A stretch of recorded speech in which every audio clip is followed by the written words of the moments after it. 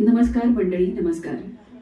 भवानी प्रतिष्ठान आयोजित आरोग्यम धनसंपदा आरोग्य विषयक व्याख्यानमालेमध्ये इथे उपस्थित असलेल्या सर्व जाणकार, सदाशिव पेठ आणि पुण्यातील जाणकार जे आरोग्याविषयी खऱ्या अर्थी जागरूक आहेत, अशा सन्माननीय नागरिकांचं मनपूर्वक हार्दिक स्वागत आहे.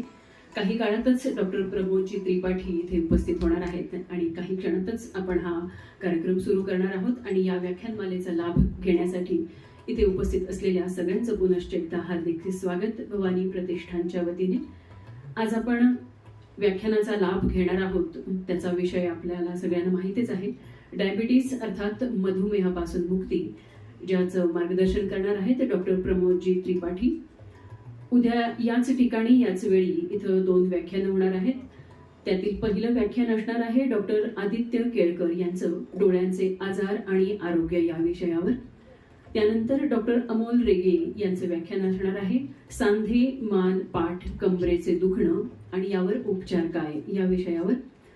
आणि परवा दिवशी म्हणजेच रविवारी इथे व्याख्यान असणार आहे डॉक्टर प्रमोद जोग यांचं तन, मन आणि पालकपण या विषयावर.